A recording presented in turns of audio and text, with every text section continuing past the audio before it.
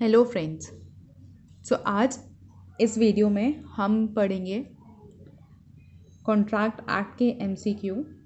As usual जैसे कि आप देखते आ रहे होंगे कि मैं पहले क्वेश्चंस को रीड करती हूँ, फिर उन्हें एक्सप्लेन करती हूँ और जहाँ रिक्वायर्ड होता है वहाँ पे प्रोविजंस भी बताती हूँ और प्रोविजंस को एक्सप्लेन भी करती हूँ। तो स्टार्ट करते हैं। हम करेंगे क्वेश्चन नंबर 77 से लेके 88 तक। ये क्वेश्चंस बहुत ही इंपॉर्टेंट क्वेश्चंस हैं, ये ऑलरेडी एग्जाम्स में आ चुके हैं। So there are high chances कि आगे एग्जाम्स में ऐसे क्वेश्चन या जो सेक्शन यहाँ इंक्लूडेड हैं उन सेक्शन से क्वेश्चंस पूछे जाएं। तो वीडियो को अच्छे से देखिएगा और जहाँ पे रिक्वायरमेंट होगी केस लॉस को भी मैं डिस्कस करूँगी। तो क्वेश्चन नंबर 77 बोलता है, L is sent to search for his nephew. In the meantime, G by the advertisement offers a reward of ₹501 to anyone who finds his nephew. यहाँ पे his होना चाहिए. L traces the boy and subsequently knowing about the reward claims it. To the reward L is. अब यहाँ पे समझिए आप क्या कह रहा है। यहाँ पे ये कह रहा है कि L एक व्यक्ति है, ठीक है, उसने उसको भेजा क्या जी के द्वारा कि जाके मेरे नेफ्यू को ढूंढ के लेके आओ जो शायद खो गया होगा। तो जी जो है मीनवाइल क्या करता है, एक एडवर्टीजमेंट से एक ऑफ़र बनाता है कि जो भी व्यक्ति मेरे नेफ्यू को ढूंढेगा उसको 501 रुपये का रिवॉर्ड मिलेगा। एल जो है वो उस नेफ्यू को ढूंढ के ले आता है और बाद में उसे रिवॉर्ड के बारे में पता चलता है। तो क्या जो एल है वो एंटाइटल्ड है रिवॉर्ड के? ये ऑप्शन नंबर ए कहता है। ऑप्शन नंबर बी कहता है not entitled as the offer is general. Option number C कहता है not entitled as the consideration is inadequate. Option number D कहता है is not entitled as the offer was not communicated to him. तो इसके लिए हमें एक case laws देखना पड़ेगा। एक्चुअली ये जो just give me a second, okay, ये जो क्वेश्चन है ये केस लॉ से लिया गया है। केस लॉ का नाम है मैं आपको बताती हूँ, लालमन शुक्ला। यहाँ पे शाकुल लिखा है लेकिन ये शुक्ला है। तो लालमन शुक्ला वर्सेस गौरी दत्त 1913 का केस है और उसमें क्या कहा गया, सेम फैक्ट्स वही हैं, पढ़ते हैं। Offer to the world whole, though an offer may be made to the world whole. Facts आप इसी को याद रखें, जो फैक्ट्स मैंने अभी आपको बताया वहीं से कनेक्ट करें।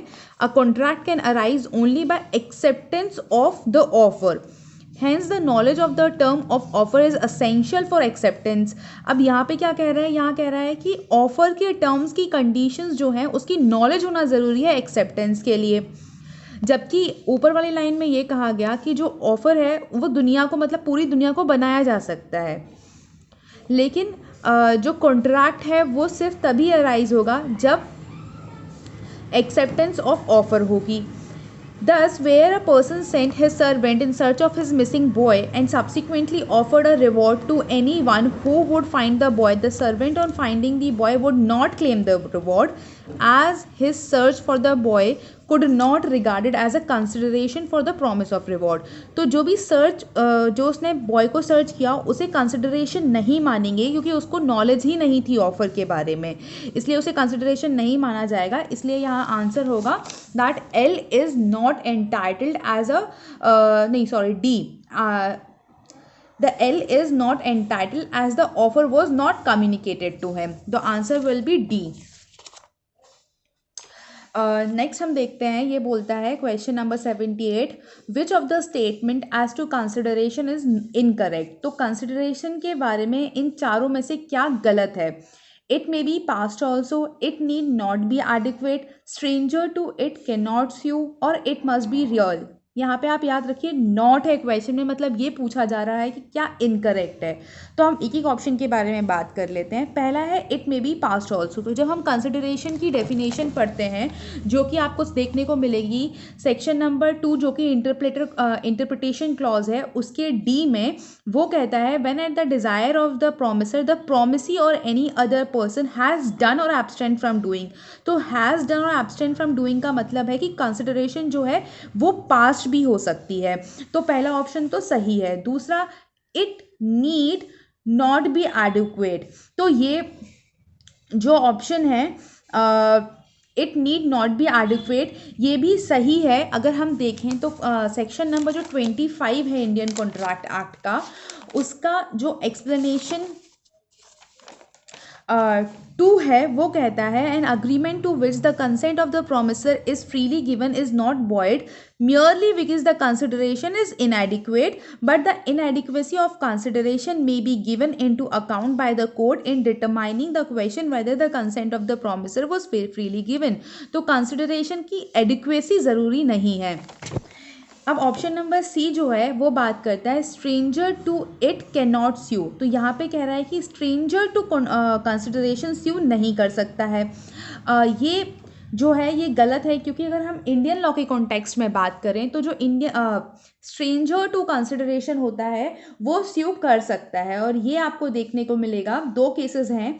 एक है डटन वर्सेस पूले, ये 16677 का केस है, उसमें ये सेम हेल्ड हुआ था. और दूसरा अगर हम जो डटन वर्सेस पूले है ये फॉरेन का जजमेंट है बट इंडिया पे एप्लीकेबल है, इंडिया में इसको यूज़ किया जाता है. और दूसरा केस है बैंकट चिनैया वर्सेस बैंकट रमैया, जिसमें सेम बात कही गई थी कि इंडियन लॉ में अनलाइक इंग्लिश लॉ स्ट्रेंजर जो कंसिडरेशन का होता है वो स्यू कर सकता है. एक केस के फैक्ट्स मैं आपसे थोड़े से डिस्कस करती हूँ. बैंकट चिनैया वर्सेस बैंकट रमैया में क्या हुआ था, इस केस में एक मदर होती है, वो अपनी जो डॉटर होती है जिसका नाम रमैया होता है उसको अपनी प्रॉपर्टी देती है और ये कहती है कि आप हर साल एनुअली चिनैया जो कि मदर की सिस्टर है, मतलब लड़की रमैया की मासी हुई, उनको मैटरनल आंट जैसे बोलेंगे, उनको आप इतना अमाउंट देते रहिएगा. बाद में क्या होता है, जो लड़की होती है रमैया वो मना कर देती है कि नहीं मैं ये अमाउंट नहीं दूंगी. तो यहाँ पे जब केस लगाया जाता है तो रमैया कहती है कि जो चिनैया है वो स्ट्रेंजर टू कंसिडरेशन है. तो कोर्ट ये कहता है it was held that there was sufficient consideration, that is the property given to her by the sister of Chinnaya. तो यहाँ पे ये हेल्ड हुआ था कि जो स्ट्रेंजर टू कंसिडरेशन है वो भी स्यू कर सकते हैं. तो यहाँ पे जो चिनैया थी जो कि इस केस में प्लेंटिफ थी, वो जो कि सिस्टर थी मदर की, उनको जो अलाउ किया गया कि वो स्यू कर सकती हैं रमैया को उनका जो अमाउंट बनता है उसके लिए. सो कंसिडरेशन जो है वो स्ट्रेंजर से भी आ सकता है. जो जनरल रूल है वो ये कहता है कि पार्टी टू कॉन्ट्रैक्ट से कंसिडरेशन आना चाहिए, बट उसका एक एक्सेप्शन है जिसे हम प्रिविटी टू कंसिडरेशन से भी जानते हैं. यहाँ पे कहता है कि स्ट्रेंजर टू कंसिडरेशन कैन स्यू. तो ये यहाँ पे पूछता कि इसमें से चारों ऑप्शन में से गलत क्या है, तो सी ऑप्शन गलत होगा, ए बी और डी ऑप्शन सही होगा. इट मस्ट बी रियल, तो ये बात भी सही है कि जो कंसिडरेशन है वो रियल होना चाहिए, तो option C will be the correct answer. Next देखते हैं क्वेश्चन नंबर 79. ये बोलता है contract by a minor is absolutely void, this was laid down in. तो अगर आपने एलएलबी भी कंप्लीट किया है तो आपको ये केस तो पता ही होगा, मोहरी बीवी वर्सेस धर्मदास गौस. और ये इस केस में ये कहा गया था कि माइनर के साथ किया गया कॉन्ट्रैक्ट एब्सोल्युटली वॉइड होता है. तो इसको समझाने की मेरे को नहीं लगता कि मेरे को ज़रूरत है. नेक्स्ट जो है वो हम देखते हैं क्वेश्चन नंबर 80 गलत है तो हम नहीं देखेंगे. क्वेश्चन नंबर 81 जो कहता है which of the following agreement is not void. 4 agreement दे रखे हैं और बोला है इसमें से क्या वॉइड नहीं है. तो हम हर एक ऑप्शन को देख लेते हैं. पहला ऑप्शन कहता है कि अग्रीमेंट, तो यहाँ पे एन अग्रीमेंट होना चाहिए. An agreement to sell B 100 tons of oil. तो ए ने सॉरी एन नहीं होना चाहिए, यहाँ पे ए है. A agrees to sell B 100 tons of oil. तो ए ने अग्री किया बी को कि वो 100 टन्स ऑफ ऑयल बेचेगा. तो ये अग्रीमेंट वॉइड होगा या नहीं, तो ये जो अग्रीमेंट है ये वॉइड होगा. ये इलस्ट्रेशन है आपको सेक्शन नंबर 39 का. सेक्शन नंबर 39 कहता है कि सॉरी 39 नहीं है वो, let me check the question section carefully.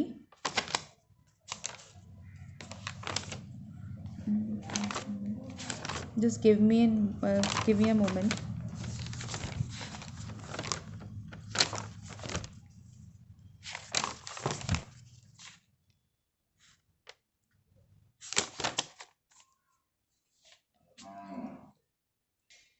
I'm so sorry, I got confused with this section.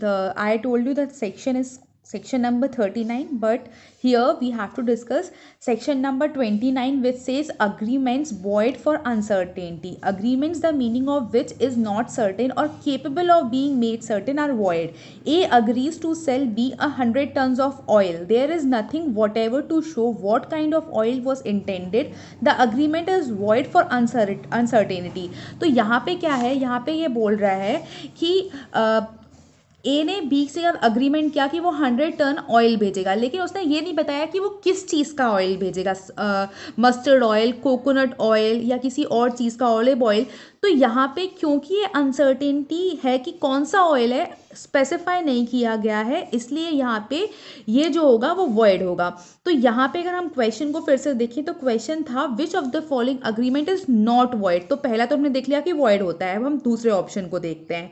ये बोलता है A promises to obtain for B an employment in the public service and B promises to pay ₹1000 to ए। अब यहाँ पे ये cover होता है आपका सेक्शन नंबर 23 से।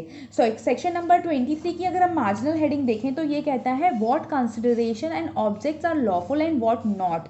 तो कोई भी ऐसा कंसिडरेशन या ऑब्जेक्ट जो कि इमोरल या अगेंस्ट पब्लिक पॉलिसी हो तो वो आपका वॉइड होगा। तो यहाँ पे जो ये पर्टिकुलर ऑप्शन बी है ये आपको देखने को मिलेगा इलस्ट्रेशन एफ में, और ये यहाँ कहा गया है illustration number F of section 23 that A promises to obtain for B an employment in public service and B promises to pay ₹1000 to A. The agreement is void as the consideration for it is unlawful. यहाँ पे consideration unlawful है इसलिए ये भी agreement void होगा। अब हम देखते हैं ऑप्शन नंबर सी। ये बोलता है A agrees with B to discover treasure by magic. तो ये भी सेक्शन नंबर 56 से कवर होता है। सेक्शन नंबर 56 बोलता है agreement to do impossible act is void. तो ये भी वॉइड होगा। अब हम चौथा देखते हैं। ये बोलता है A finds B's purse and gives to him, B promises to give A ₹50। तो ए बी का पर्स ढूंढता है और बी उससे प्रॉमिस करता है कि वो उसे ₹50 देगा।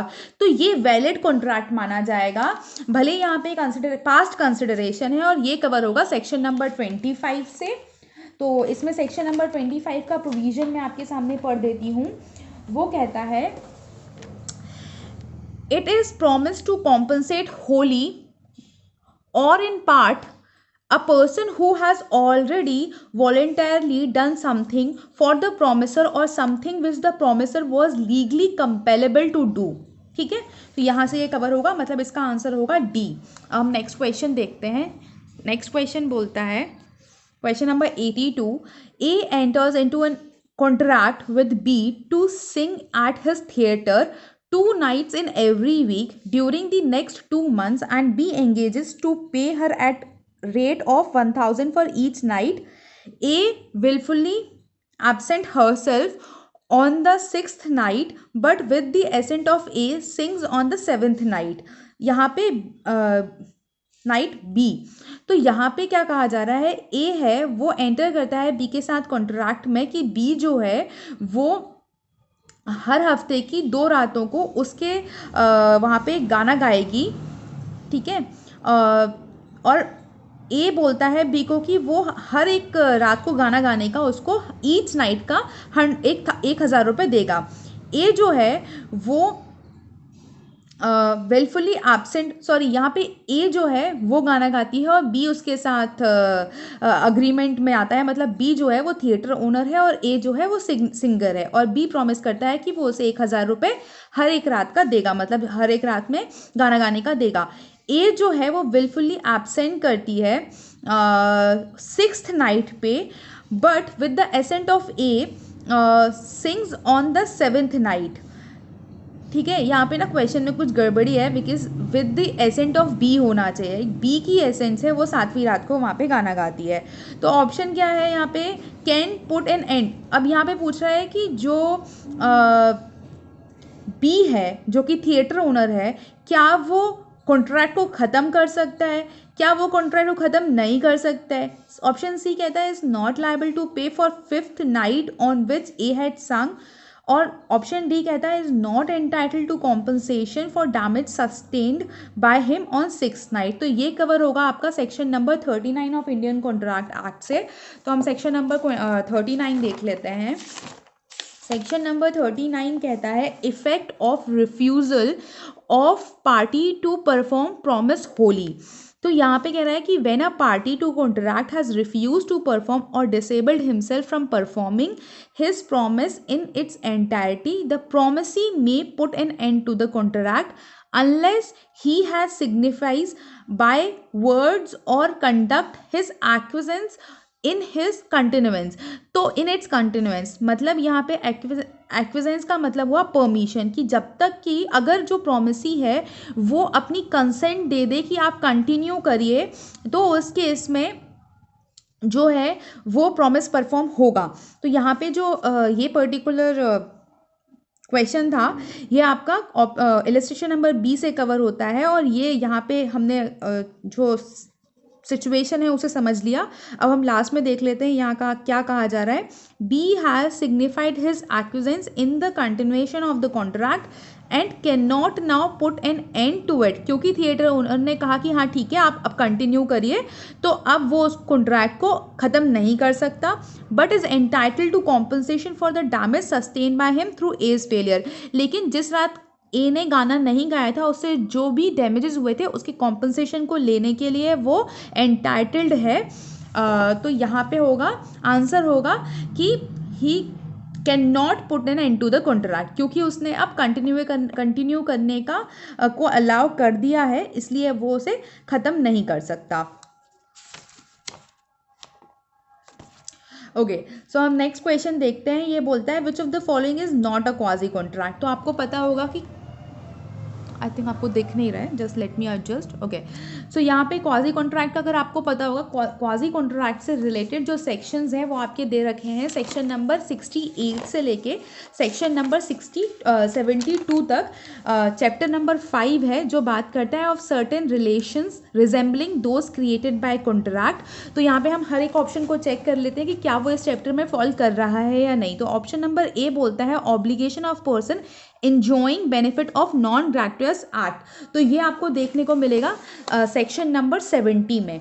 तो यहाँ पे ये कवर करता है। दूसरा बोलता है responsibility of finder of goods. तो responsibility of finder of goods की बात करें तो ये कवर है आपका सेक्शन नंबर 71 में, तो ये भी कवर्ड है। अब आता है क्वांटम मेरिट। तो क्वांटम मेरिट जो है वो आपको सेक्शन नंबर 70 में ही देखने मिलेगा, इसी को बोलते हैं डॉक्ट्रिन ऑफ क्वांटम मेरिट, तो ये भी कवर्ड है। लास्ट बोलता है नोवेशन। तो नोवेशन जो है वो सेक्शन नंबर 62 में आपको कवर मिलेगा। Effect of novation recession and alteration of contract, इसलिए वो क्वाजी कॉन्ट्रैक्ट में फॉल नहीं करता, और यहाँ पे नॉट ही पूछा गया था, तो novation will be the correct answer. Next question देखते हैं, क्वेश्चन नंबर 84। ये बोलता है A contract to sell and deliver 500 bales of cotton to be on a fixed day. A knows nothing of B's mode of conducting his business.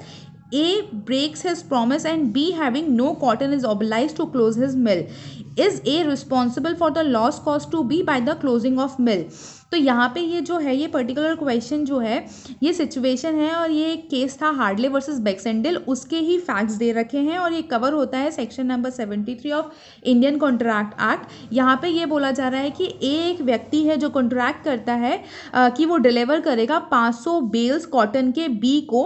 अब जो B जैसे काम करता है उसका मोड ऑफ बिजनेस ए को नहीं पता है, और ए अपना प्रॉमिस ब्रेक कर देता है, उसकी वजह से जो बी है उसे अपनी मिल को ऑल टुगेदर क्लोज ही करना पड़ जाता है। अब जो ए है क्या वो जो बी को लॉस हुआ है उसके लिए लायबल होगा या नहीं होगा? तो यहाँ पे वो लायबल नहीं होगा। क्यों नहीं होगा? बिकॉज ये रिमोट इसके कॉन्सिक्वेंस हैं। तो आइए हम देख भी लेते हैं, एक्चुअली 73 में ये केस डिस्कस किया गया है। तो 73 क्या बोलता है? 73 बोलता है सेक्शन नंबर 73 जो कि चैप्टर नंबर 6 में है, of the consequence of breach of contract. ये बोलता है a contract has been broken, the party who suffers by such breach is entitled to receive from the party who has broken the contract compensation for any loss or damage caused to him thereby which naturally arose in the usual course of thing। अब लेकिन यहाँ पे ये जो loss हुआ था हमारे question में वो नेचुरल अरोजमेंट नहीं था जो उसने ब्रीच किया है उसका, और ये जो केस है हार्डली वर्सेस बैक्सेंडल वो यहाँ पे कवर भी है, कॉमेंट में बेरेक के, तो आप देख सकते हैं।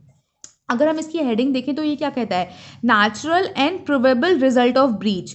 ठीक है, तो अगर कोई नेचुरल या प्रोबेबल ब्रीच होता है तभी कॉम्पनसेशन मिलेगा, और अगर रिमोट है तो उसके लिए कॉम्पनसेशन नहीं देना होगा।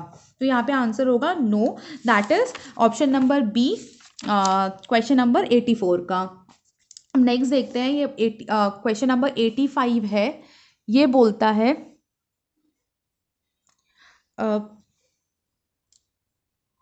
क्वेश्चन नंबर 85 बोलता है A becomes surety to C for B's conduct as a manager of C's bank, afterwards B and C contract without A's permission that B shall become liable for 1/4 of the losses on overdraft. B allows a customer to overdraw the bank losses a sum of to money to make good the loss. A is wholly liable, not liable, liable to the extent of fourth, liable to the extent of 3/4। तो ये आपको जो question है ये देखने को मिलेगा section number 133 of Indian contract act. Section number 133 जो part 2 of Indian contract act में आता है, ये बोलता है कि discharge of surety by variance in terms of contract. तो अगर कोई variance of terms of contract होता है तो श्योरिटी जो है वो डिस्चार्ज हो जाएगा। तो यहाँ पे वो नॉट लायबल होगा, क्योंकि यहाँ पे चेंजेस किए गए हैं और बिना श्योरिटी को बताए, तो ऑप्शन बी करेक्ट होगा। अब हम आते हैं क्वेश्चन नंबर 86 पे। ये बोलता है A hires a carriage of Y, the carriage is unsafe though Y is not aware of it and X is injured for the injury to X is injured for the injury Y is, क्या Y liable होगा या नहीं होगा। तो ये cover होता है अपना सेक्शन नंबर 150 से, और 150 जो है वो बोलता है bailor's duty to disclose fault in goods bailed. और यहाँ पे कहा जा रहा है कि if such goods are bailed for hire, अगर गुड्स जो हैं वो हायर पे बेल किए गए हैं, the bailor is responsible for such damage whether he was or was not aware of the existence of such fault in the goods bailed। मतलब अगर हायर पे गुड्स दिए गए हैं तो उस केस में जो बेलर है उसको अगर पता है डैमेज के बारे में अथवा नहीं पता है तभी भी वो लायबल होगा। तो इस केस में जो एक्स है जो हायर पे दे रहा है बाय को कैरेज, अगर उसको नहीं भी पता है कि उसमें कोई फॉल्ट है तब भी वो लायबल होगा, और आंसर होगा ए। नेक्स्ट क्वेश्चन देखते हैं। ए employees B to recover ₹1,000 from C through B's misconduct, the money is not recovered. B is, तो यहाँ पे सेक्शन नंबर 220 में ये क्वेश्चन कवर होगा, तो हम सेक्शन नंबर 220 देख लेते हैं। ये कहता है agent not entitled to remuneration for business misconduct. An agent who is guilty of misconduct in the business of the agency is not entitled to any remuneration in respect of that part of the business which he has misconducted। तो यहाँ पे क्योंकि उसने misconduct किया है तो वो he will not be entitled to any remuneration and he has to make the laws good, and answer A would be the correct answer। अब हम लास्ट क्वेश्चन देखते हैं आज का। ये बोलता है X entrusted by with negotiable instrument endorsed in blank comma Y sells them to Z in violation of private order from X, the sale is। और ये कवर होता है section number 237 of Indian contract act. ये बोलता है liability of principal inducing belief that agents authorized act were authorized। और ये particular जो है ये आपका इलस्ट्रेशन नंबर 1 से लिया गया क्वेश्चन है। तो यहाँ पे बोलता है ऑप्शंस था void, valid, voidable at the option of Y and voidable at the option of Z। तो ये valid होगा। जैसे यहाँ पे अगर हम देखें सॉरी इलस्ट्रेशन नंबर बी से कवर है। यहाँ क्या कह रहा है, A entrust B with negotiable instrument endorsed in blank, B sells them to C. B जो है एजेंट जो है वो सी को सेल कर देता है इन वॉयलेशन ऑफ प्राइवेट ऑर्डर, जो ए ने ऑर्डर दिया है उसके वॉयलेशन में। तो जो सेल है उसे गुड मानी जाएगी क्योंकि ये कॉन्सेप्ट दे रखा है आपका सेक्शन नंबर 237 में। तो यहाँ आंसर होगा ऑप्शन नंबर बी वैलिड। तो यहाँ पे हमारे क्वेश्चंस कंप्लीट होते हैं इंडियन कॉन्ट्रैक्ट एक्ट के। इसमें कुछ ऐसे क्वेश्चन हैं जैसे कि सेक्शन नंबर 237 का क्वेश्चन, 220 का क्वेश्चन, 133 का क्वेश्चन एंड 150 का क्वेश्चन। ये जनरली नहीं पूछे जाते बट ये सेक्शंस बहुत इंपॉर्टेंट है। यहाँ से आपको पता चल ही गया होगा क्योंकि ऑलरेडी अगर ये एग्जाम्स में पूछे गए हैं तो ये आगे भी पूछने की प्रोबेबिलिटी है। तो इसको आप आप अच्छे से देखिए, अच्छे से पढ़िए, and thank you for giving your precious time to me. Thank you so much.